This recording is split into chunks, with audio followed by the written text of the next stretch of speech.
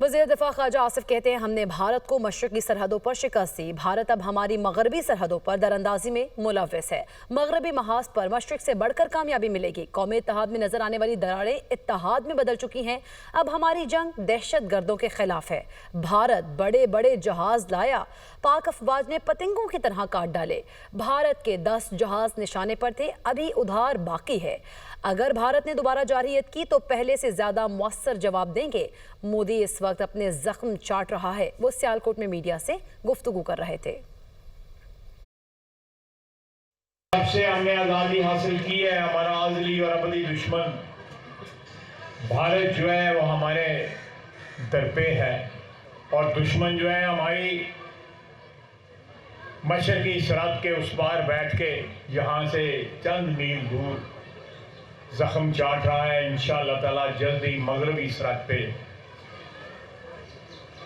ہمارے دشمن جو ہیں وہ اسی طرح زخم چاٹ رہے ہوں گے۔ یہ معرکہ قومی اتحاد اور وحدت کا باعث بنا۔ آج سے 15-20 دن میں ایک مہینہ پہلے قومی وحدت اور اتحاد میں آپ کو دراڑیں نظر آتی تھی، اب ہماری جنگ جو ہے وہ دہشت گردوں کے خلاف ہے۔ ایک وقت تھا ہمارے